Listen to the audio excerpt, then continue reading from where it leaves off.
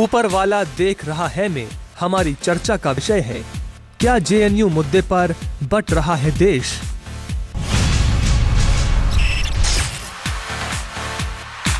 हमारे मेहमान हैं अलका लांबा, पूर्व अध्यक्ष एनएसयूआई, विधायक आम आदमी पार्टी,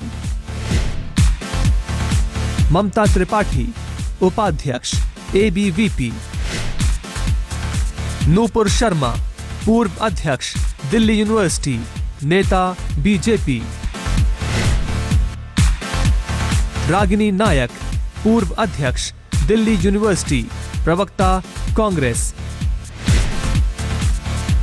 राकेश सिन्हा, संघ विचारक, सुचेता डे, पूर्व अध्यक्ष जेएनयू, एआईएसए, विक्रम सिंह, महासचिव SFI.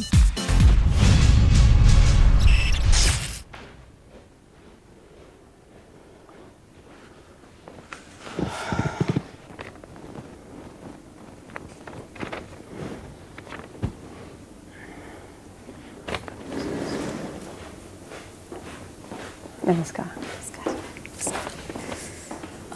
Can I sit here? कहीं भी बैठ सकती हैं आप। आपका नाम? ममता त्रिपाठी। आप कहाँ से ममता?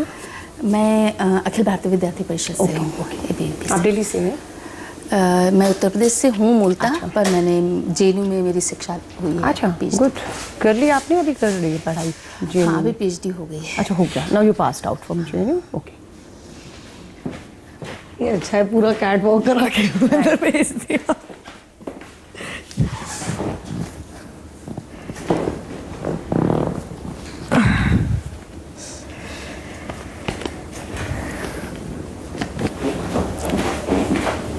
नमस्कार।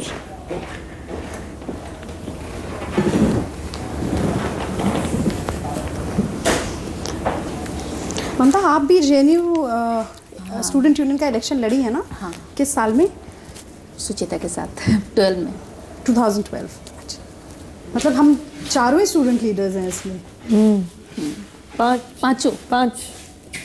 ये विक्रम जी भी है, एचपी यूनिवर्सिटी शिमला से। 6 हो गए राकेश जी को छोड़ के। सब मैं हार गया था चुनाव में, छात्र संघ अध्यक्ष से चुनाव लड़ा था। लो, विद्यार्थी जीवन में मदन सिंह बिष्ट जब जीता था। अच्छा। तो मैं पहली बार एबीपी जेबीएम से अलग होकर चुनाव लड़ी थी। अच्छा, तो मैं 3rd ईयर का स्टूडेंट ही था उस वक्त, लड़ा दिया। मैं ज्वाइंट सेक्रेटरी किस कॉलेज में थे आप? हिंदू कॉलेज में। मैं ज्वाइंट सेक्रेटरी मांग रहा था, इन्होंने प्रेसिडेंट दे दिया। और मुझे मालूम नहीं था धौला कुआं कहाँ है, और हॉस्टल से कभी बाहर निकला नहीं था।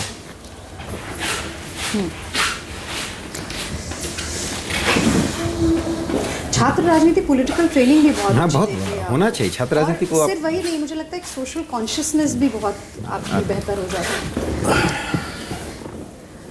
अच्छा है हम लोग इधर बैठे हैं और आप दोनों बीच में।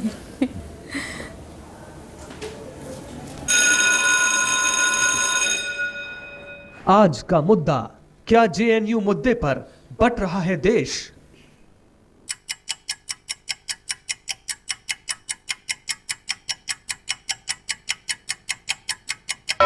चर्चा शुरू की जाए।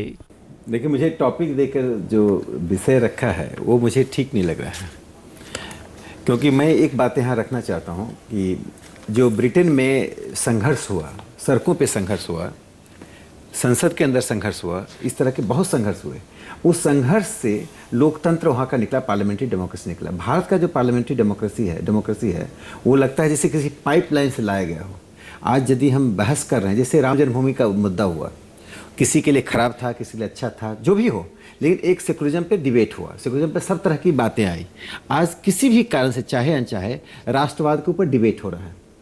उसमें मैं गलत हूँ, आप सही हैं, आप गलत हैं, मैं सही हूँ, एक अलग विषय है।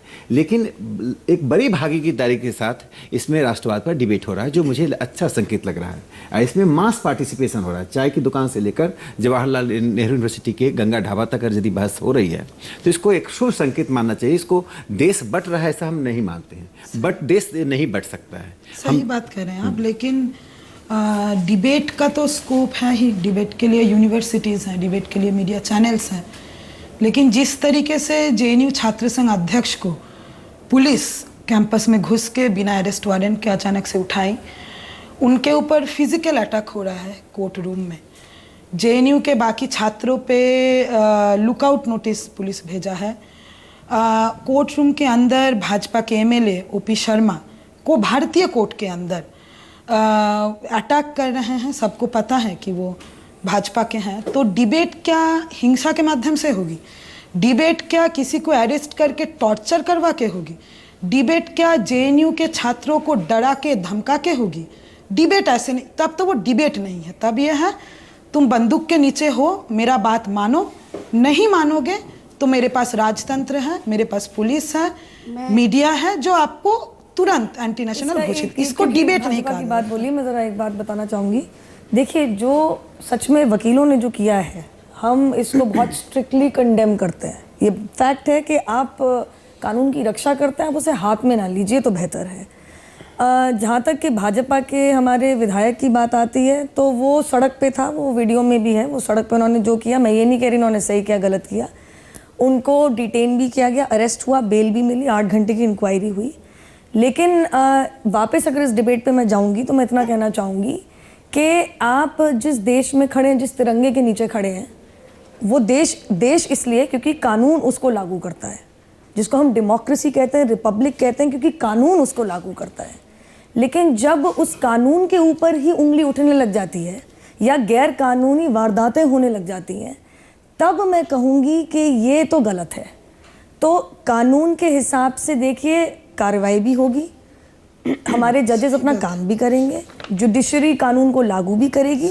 और उसमें ये कहना कि कानून लागू हो रहा है वो गलत हो रहा है, ये मैं सही नहीं मानती। कानून तो लागू होगा ही होगा, चाहे सेडिशन हो, चाहे सेडिशन हो। पहला कमेंट सारे कर ले। नुपुर, देखिए, अगर देश बस इतना क्या मैं एक बार जेएनयू की बात आई, इसलिए मैं कहना चाहूंगी। एक एक करके सब बोलेंगे। देखिए, क्योंकि अगर हम देश की बात कर रहे हैं तो लोकतंत्र की बात होगी, और लोकतंत्र की खासियत यह है कि तंत्र से पहले लोक आता है।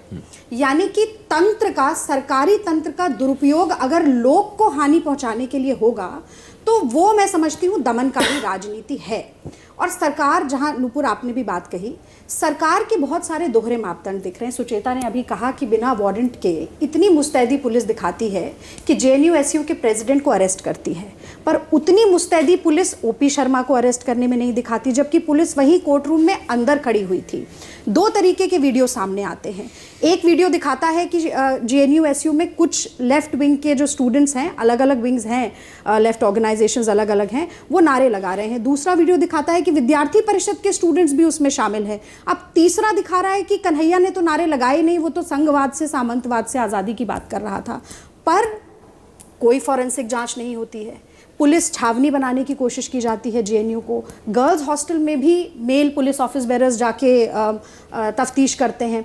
तो ऐसे में ये सवाल दोहरे मापदंड के पूछे जाएंगे, और ये पूछा जाएगा सरकार से कि आप क्या पीडीपी से ये कहलवा सकते हैं कि अफजल गुरु आतंकवादी है, शहीद नहीं है? क्या आप अकाली दल से कहलवा सकते हैं कि भिंडरावाला आतंकवादी है, शहीद नहीं है? क्या आप हिंदू महासभा से कहलवा सकते हैं कि गोडसे आतंकवादी है, शहीद नहीं है? और अगर नहीं कहलवा सकते तो ये दोहरी राजनीति है, अपने ही लोगों का दमन करने की राजनीति है, क्योंकि वो आपकी लाइन को टो नहीं करते, संघ की विचारधारा को फॉलो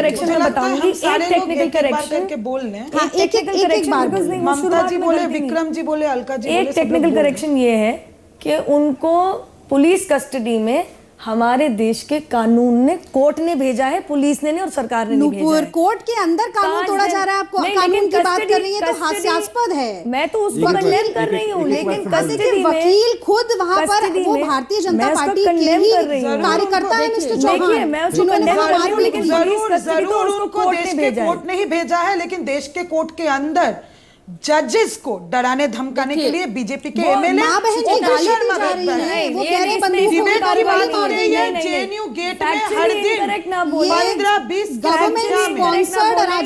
अगर भाजपा के विधायक ने कोर्ट पे अगर कुछ विश्वास है, इस पे भाजपा एमएलए ओपी शर्मा भाजपा के विधायक ने कोर्ट भारत के कोर्ट पे छोड़ दिया जाए। मैं ये नहीं मानूंगी, भारत के कोर्ट पे छोड़ दिया जाए। अंदर गुंडागर्दी एक कमेंट सबसे ले लेते हैं। आपने जो छात्र संघ की बात की कि देखिए जेएनयू में ये घटना कोई नई नहीं है, पहली बार नहीं ऐसा घटित हुआ है कि वहाँ अफजल गुरु के समर्थन में नारे लगाए गए, पहली बार ऐसा नहीं है कि उनका शहादत दिवस मनाया गया, और पहली बार ऐसी राष्ट्रद्रोह की घटना जेएनयू में घटित हुई ऐसा भी नहीं है। 2000 में हम 2 सेना के जवानों को वहाँ पर पीटा गया, जिसका आप देख सकते हैं मीडिया में उसकी रिपोर्ट्स हैं। 2010 में जब हमारे जवानों को माओवादियों द्वारा मारा गया तब सेलिब्रेट किया गया और उसमें आयशा भी साथ खड़ी थी।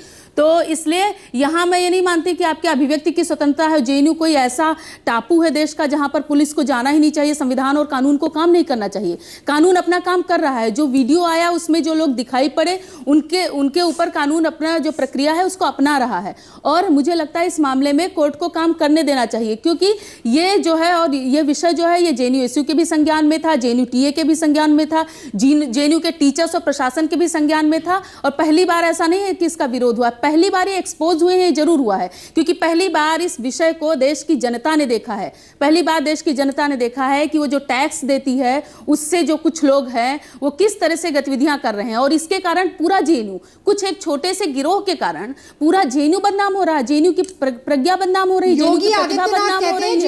आप अभी योगी, एक मिनट, अभी आप योगी आदित्यनाथ की बात मत कीजिए, मैं अभी जेएनयू की बात कर रही हूं। आप कर देना चाहिए। चंदन मोइत्रा कह रहे हैं कि जेएनयू को शट डाउन करना चाहिए। आप जेएनयू के खिलाफ धोखा कर रही हैं। जेएनयू उस के टैक्स छात्र से मनी से आपने पढ़ाई की है ममता जी, आपने पढ़ाई की है। आप एहसान नहीं से लोगों से बोल रहे हैं चाहिए।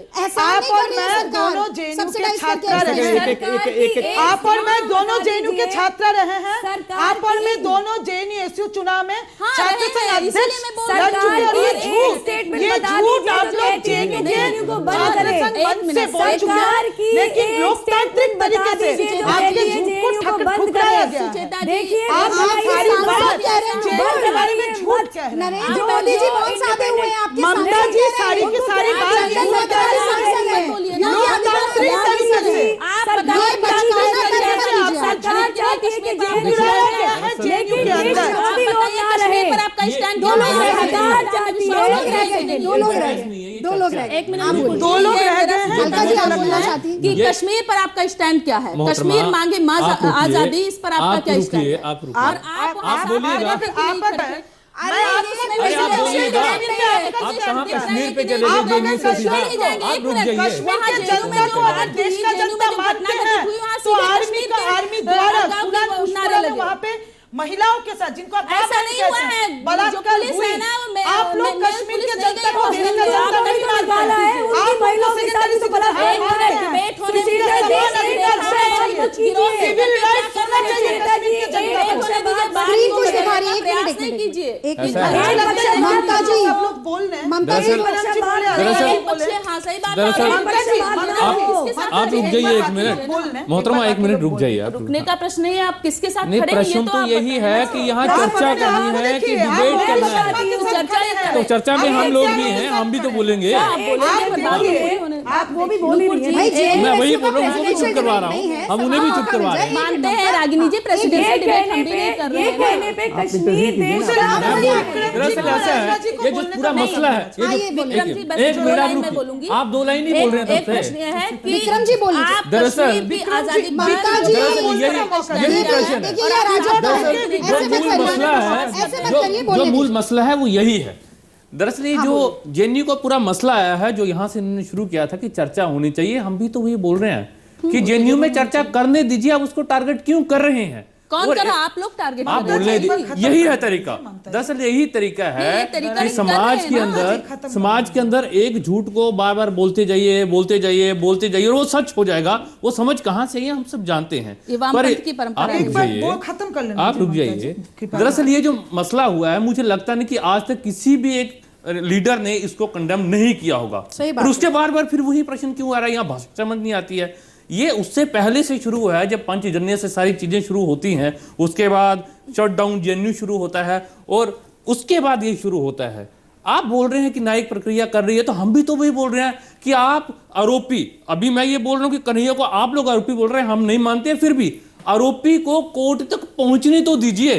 आप पहुंचने ही नहीं दे रहे हैं, और हम बोल रहे हैं कि हम कंडेम्ड करते हैं ओपी शर्मा जी। वो कोर्ट में ऑलरेडी अभी रुक लीजिए, आप रुक जाइए, आप कंडेम्ड करते हैं, आप खुद ही बोल रहे हैं, और आप बोल रहे हैं, आप ये बोल रहे हैं कि हम कंडेम्ड कर रहे हैं, पर भाजपा ने ओपी शर्मा के ऊपर क्या एक्शन लिया है? भाजपा ने ओपी शर्मा के ऊपर क्या एक्शन लिया है?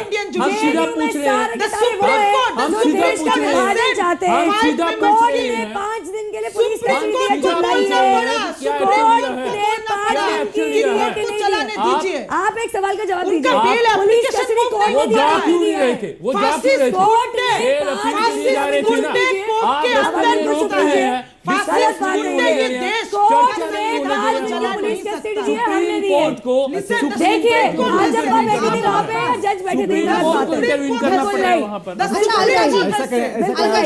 कोर्ट के बयानों को झुटलाना बिल्कुल नहीं, यहाँ पे उसकी निंदा कर रहे हैं। आप कोर्ट के बयान को नहीं झुटला सकते हैं। सुप्रीम कोर्ट ने बोला है, हम नहीं बोल रहे, सुप्रीम कोर्ट बोल रहा है, यहाँ पे बैठ के सुप्रीम कोर्ट बता रहा है। एक रिक्वेस्ट करना चाहता हूँ कि हम लोग एक एक करके बोलें, चूंकि ये एंकरलेस है, फिर ऐसा होगा कि प्रोग्राम में कोई बात ही नहीं सुनाई सही पड़ेगी। बात हो जाएगी। मुझे लगता है कि जब हम चारों ने बोल लिया था तब विक्रम जी को पूरा मौका मिलना चाहिए था। अलका जी को आपका एक मिनट पूरा पूछ लेते हैं, पूछ लेते हैं। आप कुछ और बीच में बहुत बोल रही हैं। बोल सबसे रही ज्यादा तुम बोल रही हो, सुचिता बीच में। अलका जी आप बचा मेरा sorry, आप सबसे ज्यादा बीच में बोल रही हैं। ब्लैंकेट आप कर रहे हैं, ब्लैंकेट बॉम्बिंग कर रही है, प्लीज सुचिता relax। आप मेरा ब्रांडिंग सुचिता relax। आप सबका ब्लैंक कर रही हैं। अलका जी आप बात सुचेता आप सबका कर रही हैं। I hope you realise that. आप मेरा ब्रांडिंग बंद कीजिए नुपुर जी, आपके साथ मेरा राजनीतिक विरोध है, इसलिए मेरा चरित्र हनन बंद कीजिए। आपका चरित्र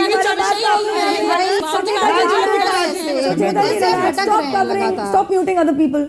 बस देखिए मुझे लग रहा है हम चर्चा कर रहे हैं एंड हर एक का एक रिस्पेक्ट होना चाहिए। कौन क्या बोल रहा है बीच में नहीं बोलते, उसको पूरा बोलने दीजिए। Let the people know, nation उसको देख रहा है, सुन रहा है। मेरे बात आपसे यही है, क्या जेएनयू पर हम बट रहे हैं? पहली बात तो उसमें हुआ क्या जिसपे हम बट रहे हैं? सबसे बड़ी बात जो उठ कर आई, 9 फरवरी को कन्हैया का एक प्रेसिडेंशियल या कुछ स्पीच था, जिस स्पीच को इस तरीके से दिखाने का प्रयास किया गया कि वो एंटी नेशनल स्लोगन्स लगा रहे थे, पाकिस्तान जिंदाबाद, हिंदुस्तान मुर्दाबाद, जो बिल्कुल आज झूठ साबित हो गया है कि कन्हैया इस तरह का कोई भी स्लोगन ना लगा रहे थे, ना कोई स्लोगन लगाने वालों का समर्थन कर रहे थे। तो बात यही खत्म हो जाती है। तो साफ दिखता है कि कन्हैया को झूठे फंसाया गया है। अब किसने उसको झूठा फंसाया? किसने झूठी तस्वीरें कन्हैया की, बिल्कुल उसकी एक स्पीच की है, पीछे उसकी तस्वीर से छेड़खान करते हुए हिंदुस्तान का एक मैप जिसमें पूरा कश्मीर पाकिस्तान के साथ शामिल हुआ काला दिखाया जाता है, और असली तस्वीर कन्हैया की ये नहीं है, ये है। ये कौन लोग हैं? ये कौन लोग हैं जो इस तस्वीर को कन्हैया की फ्लोट करके झूठा देशद्रोही किसी को साबित करने पर तुले हैं? हम किसी को भी, हम 6-8 लोग बैठे हैं, मैं किसी को भी नहीं कह सकती हम में से कोई भी देशद्रोही है, बिल्कुल नहीं हो सकते। और देश का कोई हमारे हिंदुस्तान का मुर्दाबाद का नारा लगाए, हम में से कोई बर्दाश्त कर जाए, ये भी नहीं है। जो वीडियो है, जो अब मैं इंडिया टुडे ग्रुप का राहुल कंवल का धन्यवाद करती हूं कि जो वीडियो कन्हैया का इतने दिनों से दिखाया जा रहा था, आपने उस पर मेहनत किया, आपने उसकी सच्चाई को देश के सामने ला दिया। और मुझे लगता है निपुर, आप और जेनू, अगर उसमें सच्चाई सामने आई है कि उस वीडियो के साथ कन्हैया को साजिशन फंसाने का प्रयास किया था, अगर आपको लगता है, और राहुल कंवल इंडिया टुडे ने वो पूरा खुलासा कर दिया, तो आपको, मुझे लगता है, कन्हैया के समर्थन में आना चाहिए। और जो भी राष्ट्रीय ध्वज के नीचे या ध्वज नहीं है आज विश्वविद्यालयों में, फिर भी देश के खिलाफ बोलेगा, हम सब एकजुट हैं, इसमें कोई दो राय नहीं होगी। ये सब साजिशें बंद करिए, ये सब साजिशें। आपने जो कहा, अपनी बात कहा, मैं 2-3 बातें कहना चाहता हूँ बहुत छोटी में। पहली बात यह है कि देखिए, इस देश की राष्ट्रीयता पर किसी को कोई संदेह नहीं है। हर भारत का 125 करोड़ लोग राष्ट्रवादी हैं। सवाल ये उठता है कि किसी भी जगह का उपयोग कुछ निहित स्वार्थी तत्व वैचारिक कारणों से करते हैं भारत के खिलाफ, उसके कारण पूरी संस्था बदनाम होती है। यदि उस दिन पाकिस्तान जिंदाबाद का नारा किसने लगाया, क्या लगाया, अब तो कोर्ट के अंदर आ गया, पुलिस जांच कर रही है। यदि उसमें दोषी मैं होऊंगा, दोषी कोई और होगा, उसे पकड़ा जाना चाहिए। मेरा दो ही सवाल है कि कश्मीर के ऊपर जो जिस प्रकार का इंडोक्ट्रिनेशन कुछ संगठन कर रहे हैं, और अभी भी सुचिता जी ने, अब जवाब दीजिएगा, अभी बीच में इंटरफेयर मत कीजिए, अभी भी सुचिता जी ने जो कश्मीर के ऊपर कहा कि कश्मीर की महिलाओं के साथ आर्मी बलात्कार कर रही है। मैं आपको एक घटना बता रहा हूँ। 1980 के दशक में people's union for civil liberties नाम की एक संस्था है, उस संस्था ने एक रिपोर्ट जारी कर दिया कि वहाँ की आर्मी ने 6 साल की बच्ची से लेकर 62 साल की महिला के साथ बलात्कार किया। उस रिपोर्ट को भारत में आने से पहले पाकिस्तान के डेलीगेट को यूनाइटेड नेशन में दिया गया। तब बीजेपी की सरकार नहीं थी, कांग्रेस की सरकार केंद्र में थी, और दिया गया। पाकिस्तान के प्रतिनिधियों ने उसका दुरुपयोग किया यूनाइटेड नेशन में, और हालत क्या हुई? आर्मी ने बीजी वर्गीज के नेतृत्व में एक इंडिपेंडेंट कमीशन बनाया कि आप जांच कीजिए। जांच में सारी रिपोर्ट झूठ आया। बीजी वर्गीज स्वयं एक मानवाधिकार के संगठन के थे, उनका बीजेपी कांग्रेस से कोई लेना देना नहीं था। इस प्रकार से भारतीय, ऐसा मैं नहीं कहता कि सेना, सीआरपीएफ ये सब साधु संत हैं। मैं नहीं मानने को तैयार हूं कि सेना और सीआरपीएफ साधु संत हैं। वे भारत के हैं, चाहे कांग्रेस का राज हो, सीपीएम का। बस खत्म कर दो 20 सेकंड। साधु संत हैं और सीआरपीएफ, सेना, ये सब भारत के हैं, चाहे सरकार बीजेपी की आती है, कांग्रेस की आती है। जैसे बाबा रामदेव के साथ 4 जून 2011 को क्या हुआ? रात के अंधेरे में वो टेररिस्ट नहीं थे। जिस प्रकार से पुलिस ने उनके साथ व्यवहार किया, शायद किसी आतंकवादी के साथ भी व्यवहार नहीं किया जाता है। इसलिए मुझे लगता है पुलिस रिफॉर्म की तो जरूरत है। पुलिस बहुत बार more loyal than the king बन जाती है। जुडिशरी में भी एरर हो सकता है, लेकिन मेरा कहना है कि ग्लोरिफिकेशन ऑफ अफजल गुरु और पाकिस्तान जिंदाबाद के नारे का समर्थन आप कर रहे हैं। आपने पीयूसीएल की रिपोर्ट, आपने ब्रांडिंग कर दिया। आप एक तरीके से बोले कि डिबेट डिस्कशन होना चाहिए, उसके बाद आपने बोल दिया आप पाकिस्तान के साथ हैं। आप glorification of Afzal Guru, glorification कर रहे हैं ना सर? नहीं कर, नहीं कर। आप अगर मौका देंगे जुडिशियल किलिंग क्या होता है सर, अगर आप मौका देंगे तो हम बोल देंगे। ग्लोरिफिकेशन ऑफ अफजल गुरु अगर आप मौका देंगे तो हम बोल लेंगे। आप इसको सवाल ये है कि कुछ चीजें आरएसएस द्वारा पहले से तय है, और वो चीजें ये हैं कि अगर आप आरएसएस के वर्ल्ड व्यू का, आरएसएस देश का एक कल्पना करती है, और वो कल्पना है मनुस्मृति के आधार पे। किसने कहा? सर मैं बोल रही हूं, आप मेरे से उम्र से बड़े हैं, आप मेरे से उम्र से बड़े हैं, आप बोलने दीजिए सर, आप अगर बोलने दीजिए। आपके पास पुलिस है, आपके पास गुंडे हैं, यहाँ पे हम सेफ बैठे हैं, यहाँ पे सेफ बैठे, यहाँ पे बोलने दीजिए। जेएनयू के बाहर गुंडे, कोर्ट के अंदर गुंडे हैं, जो विरोध करे गुंडे हैं। लोकतंत्र का अधिकार सिर्फ आपको है, विरोध करने का अधिकार हमें नहीं है। यदि हमने विरोध किया तो हम गुंडे हो गए। क्या बात करते हैं? ये माओवादी भाषा बोलना बंद कीजिए।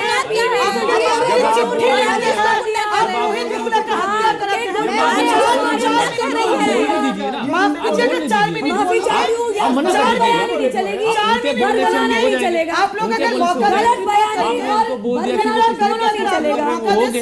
आप बोलने दीजिए। ये सेम जगह पे ये देखिए, आप 4 कैरेक्टर की बात कर रहे हैं, आपको कैरेक्टर। हमारा आज का मुद्दा है, क्या जेएनयू मुद्दे पर बट रहा है देश? हम अपने सम्मानित मेहमानों को इसी मुद्दे पर कुछ बयान सुनाना चाहेंगे। बहुत ही दुर्भाग्यपूर्ण है, और इस प्रकार से भारत विरोधी नारे लगाने वाले अथवा भारत की एकता, अखंडता और संप्रभुता पर सवालिया निशान खड़े करने वाले लोगों को किसी भी सूरत में माफ नहीं करूंगा। पूरे इंस्टीट्यूशन को, जेएनयू को बदनाम नहीं करना चाहिए। आरएसएस पूरे देश के स्टूडेंट्स के ऊपर एक सोच थोपना चाहती है, और जो भी उनके खिलाफ बोलता है, रोहित वेमुला हर एक यूनिवर्सिटी में अगर आरएसएस की सोच के खिलाफ कोई भी बोलता है, सरकार की सोच के खिलाफ कोई भी बोलता है, तो उसको कुचलने की कोशिश करते हैं, और कांग्रेस पार्टी ये नहीं होने देगी।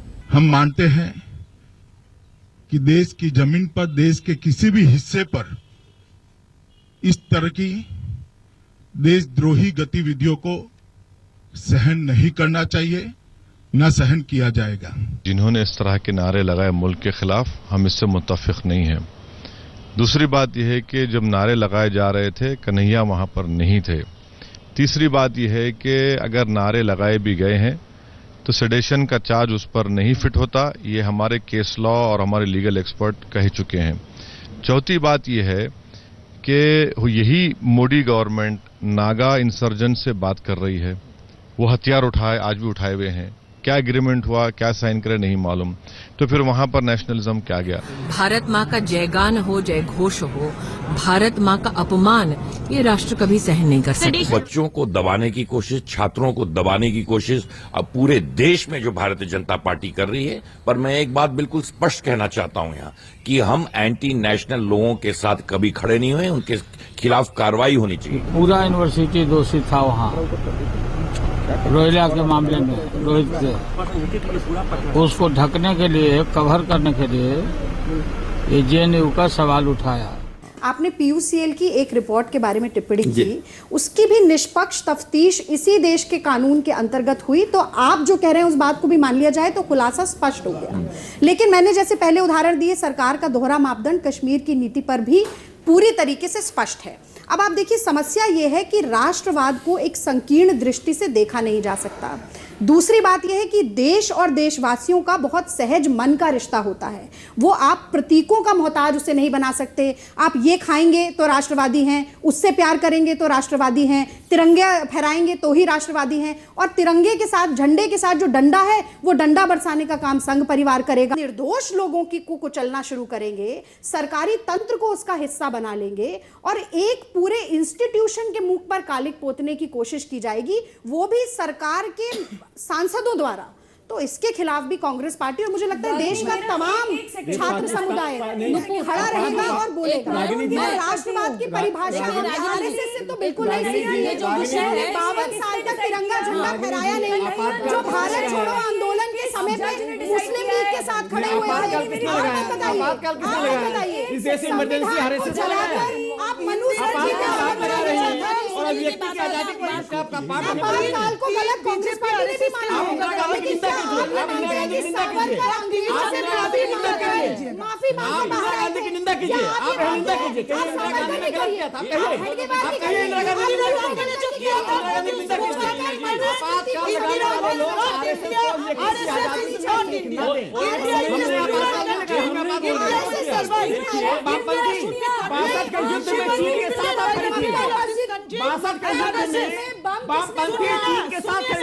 आपको मालूम है आपके पास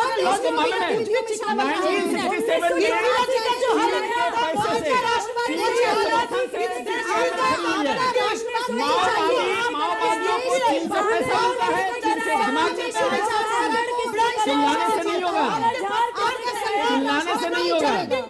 राष्ट्रवाद में आपका विश्वास ही नहीं है, भारत के वामपंथियों का राष्ट्रवाद में विश्वास नहीं है।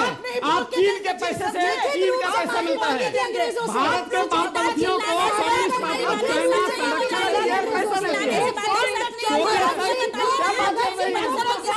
आप अलग करना चाहते हैं, भारत के युद्ध में आप किसके साथ खड़े थी? हम भारत के साथ हैं, आप चीन के साथ हैं, आप चीन के साथ अलग करना चाहते हैं, आप पाकिस्तान जिंदाबाद लगाने वालों के साथ हैं। आप यूरोपीय फासीवाद को भारत का राष्ट्रवाद बनाना चाहते हैं, गांधी ने लाया, यूरोपीय फासीवाद को भारत का राष्ट्रवाद बनाने की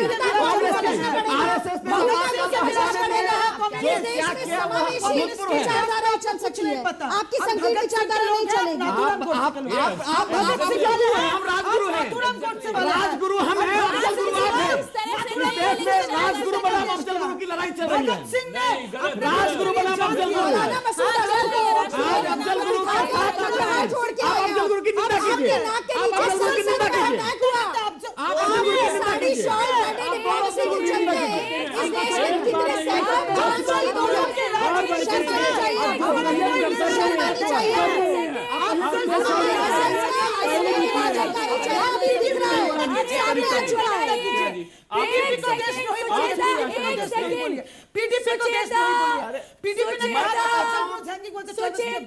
पीडीपी में बहुत अलगाववादी तत्व है, मैं कह रहा हूँ। आप उनके साथ सरकार बना रहे हैं,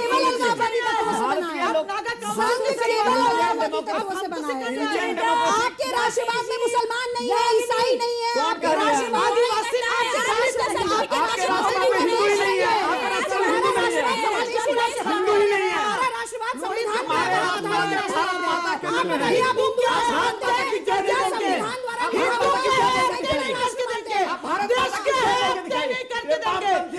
भारत की माता की जय, भारत के पिता की जय, भारत की जय, हिंदुओं की जय, भारत माता की जय। भारत माता डिफाइन कौन करेगा? आप करेंगे? भारत माता की बेटे को, भारत माता के बेटे को आप जबरदस्ती जेल में डाल रहे हैं, फिर बोल रहे भारत माता की जय। वो क्या भारत माता नहीं है?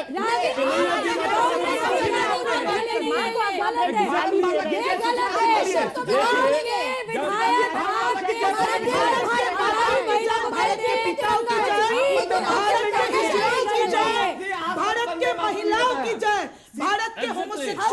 जाए, भारत के सारे जनता की जाए, 100 करोड़ जनता की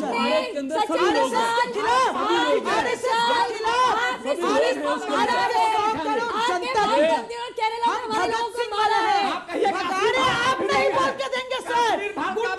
गुंडागर्दी बंद कीजिए, सुनिए ना, माओवादी सजा के बात कीजिए। मैं जेएनयू अध्यक्ष थी, पूरा देश में पता है। बोलो नक्सलवादी एक ही रास्ता कौन करता है जेएनयू में? आपको पता है, हम लोग नहीं करते। आप करते हैं, नहीं करते। ठीक है, और कैसे कर सकते हैं? एक मिनट मुझे बोलने दीजिए। चरित्र हनन बंद कीजिए। चरित्र हनन मैं नहीं कर रही हूं, आप दूसरों का आप जो कर रही हो क्या है? अब आप लोग बहुत बोले, मुझे भी थोड़ा बोलने दीजिए। विषय यह है, विषय आज है क्या जेएनयू पर देश बट रहा है? देश कदापि नहीं बट रहा है, पूरा देश कल हजारों की तादाद में देश के छात्र थे। देश आरएसएस के खिलाफ इकट्ठा हो रहा है, अपने देश को बचाने के लिए। चिंता मत कीजिए, कुछ लोग हैं, कुछ गिरोह हैं, चिंता मत कीजिए, उनको सपोर्ट करने वाले कुछ टीचर्स हैं। आरएसएस से देश को बचाने के लिए देश की जनता इकट्ठा हो रही है। लीजिए, इतना तो हजारों लाखों लोग सड़क पे उतरे रहे हैं। पहले मेरी बात किसको देशद्रोही बोलोगे? फिर रोहित वेमुला तो बोल रहे थे, मैं बोल रहा देखिए, प्रश्न ये है कि आप पहले मंत्री अब चिट्ठी लिखवा दीजिए। सुचेता, पहले बात सुन लीजिए। इतना तो धैर्य रखना चाहिए ना। हमें पता है कि आप लोग चिल्लाने में बहुत आगे हैं, थोड़ा तो धैर्य रखिए। देखिए, विषय यह है कि आप और आप ये पहले ब्रांडिंग हो गया। हाँ, पहले आप ये, मैं एसएफआई और आयशा से पूछ रही हूँ कि पहले ये बताएं कि वो अफजल गुरु पर उनका क्या स्टैंड है, नंबर 1। नंबर 2, कश्मीर पर उनका क्या स्टैंड है? आपने भले ही निंदा कर दी हो, और वो भी 12 तारीख के बाद की। 9 तारीख से 12 तारीख तक आपका कोई इस पर स्टेटमेंट नहीं आया जेएनयू में जो हुआ। उसके बाद आपने निंदा की। निंदा और विरोध में अंतर होता है, ठीक? क्या जेएनयू में, एक मिनट, जेएनयू में जो नारे लगे कि भारत तेरे टुकड़े होंगे इंशाअल्लाह इंशाअल्लाह, और इसके अलावा जो नारे लगे अफजल तुम्हारे, आप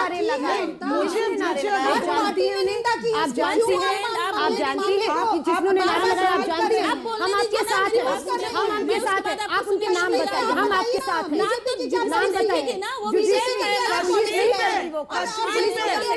हमारा मानना है हम आपके साथ हैं।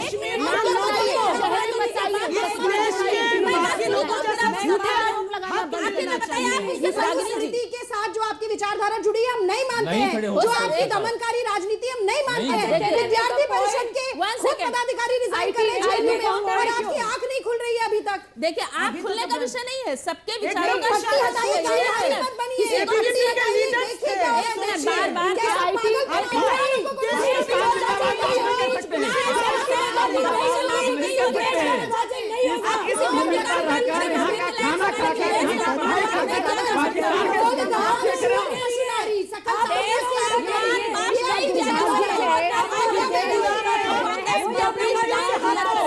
शिक्षा का दुर्भाग्य है कि देश के गृह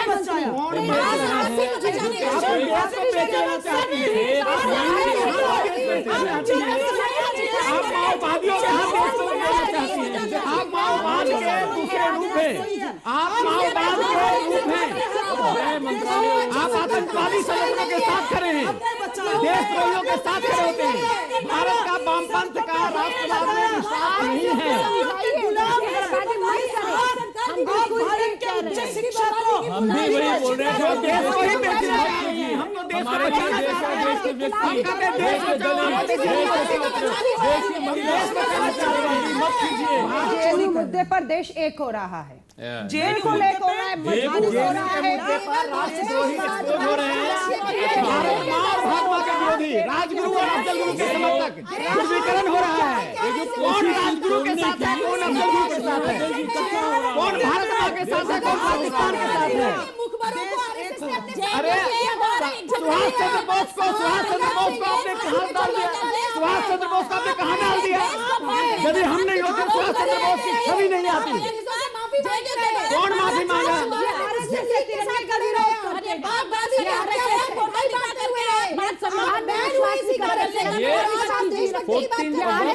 तिरंगे को जो है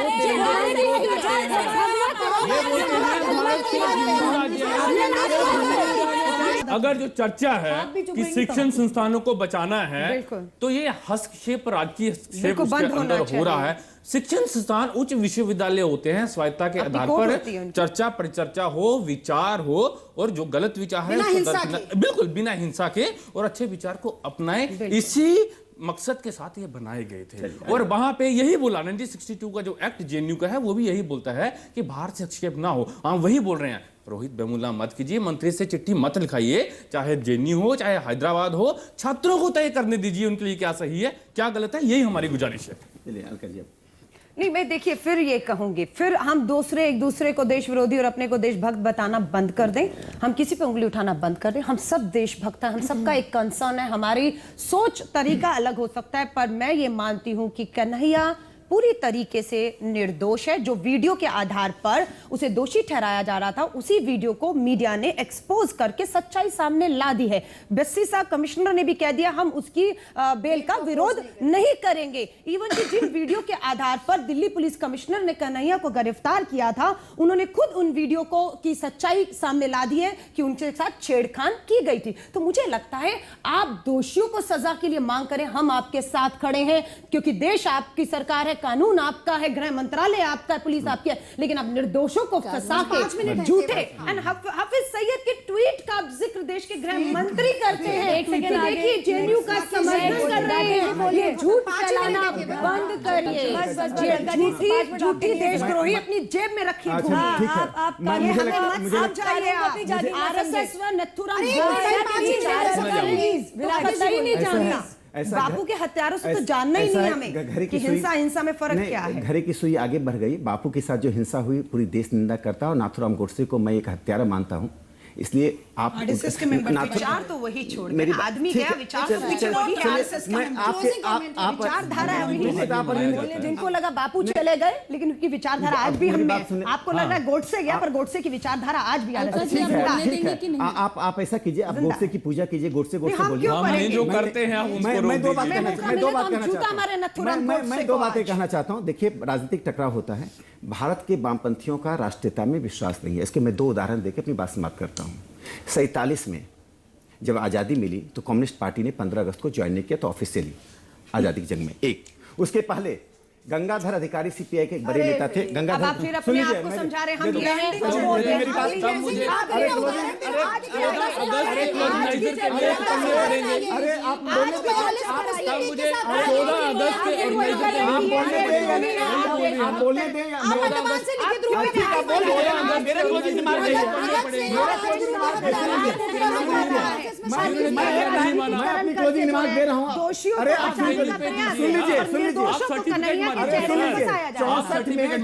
में 1 जनवरी 1965 को गुलजारी लाल नंदा गृह मंत्री थे लाल बहादुर शास्त्री में। ये लगातार है, लाल बहादुर शास्त्री में वही लगातार गुलजारी लाल नंदा ने कहा था, मुझे लाइनें भी याद होगी, मालूम होना चाहिए।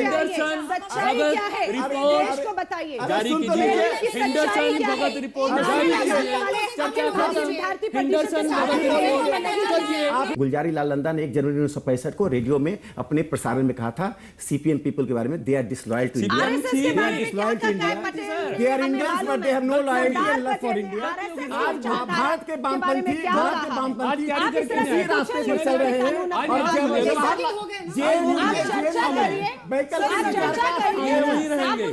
अभी 70 से नहीं निकले। आपकी विचारधारा से सहमत नहीं है, चर्चा करिए। आप कानून के किसी की विचारधारा। देखिए, आरोप प्रत्यारोप पूरे इसमें चलता ही रहा। मैं तो ये कहूंगी कि देश की सरकार और आरएसएस, भाजपा लोगों को राष्ट्र प्रेम या राष्ट्रद्रोह का सर्टिफिकेट बांधना बंद करे। पॉलिटिकल इंटरवेंशन यूनिवर्सिटीज में बंद हो।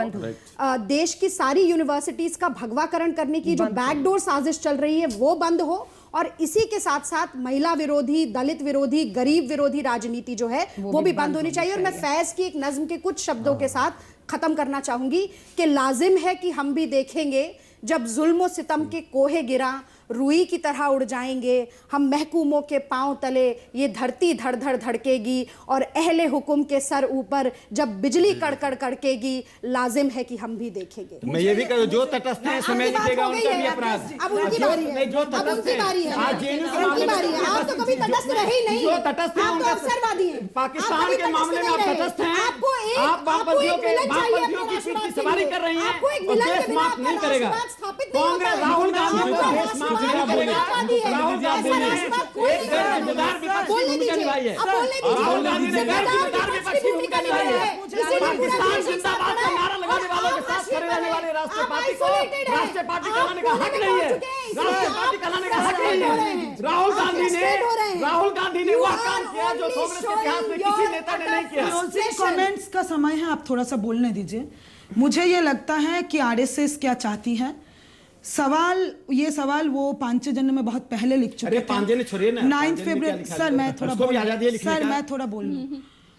9 फरवरी के बहुत पहले पांचजन्य में लिखा गया था कि जेएनयू देशद्रोहियों का अड्डा है। सुब्रमण्यम स्वामी जी ने ट्वीट किया था और वही स्क्रिप्ट अनफोल्ड हो रहा है। और ऐसा क्यों है? और मुझे लगता है जेएनयू एक मिनी इंडिया है जो मिनी इंडिया इंक्लूसिव है, और उस इंक्लूसिव मिनी इंडिया के वर्ल्ड व्यू के खिलाफ आरएसएस का वर्ल्ड व्यू है जो मनुस्मृति में आधारित है, जो कुछ प्रिविलेज लोगों का भारत बनाना चाहती है। और जेएनयू ऐसा एक भारत के वर्ल्ड व्यू के खिलाफ वर्ल्ड व्यू के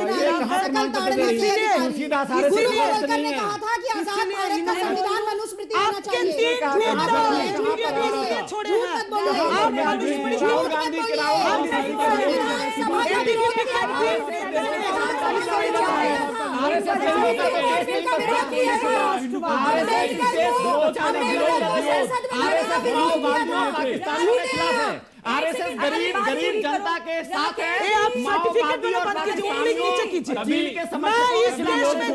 देश में मरूंगी। आप तो चीन के हाथों में खेल रही है, समझे? चीन से गाइडेंस लेता है। चीन के नाम पर क्यों माओ की आलोचना कर सकते हैं? माओ की आलोचना कर सकते हैं क्या? सीपीआई में माओ के हाथों में माओ को अपना चेयरमैन मानती है।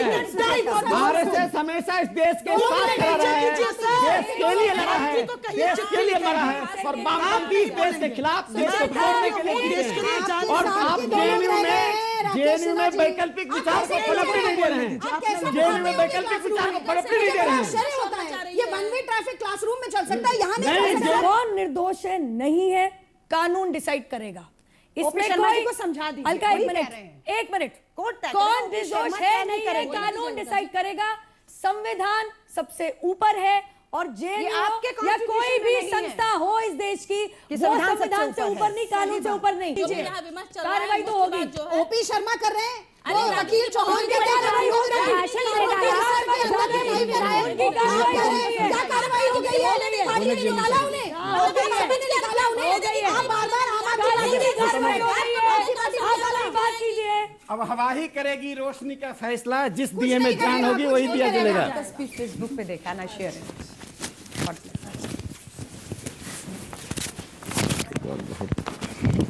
बहुत बोला, कुछ होना ही था।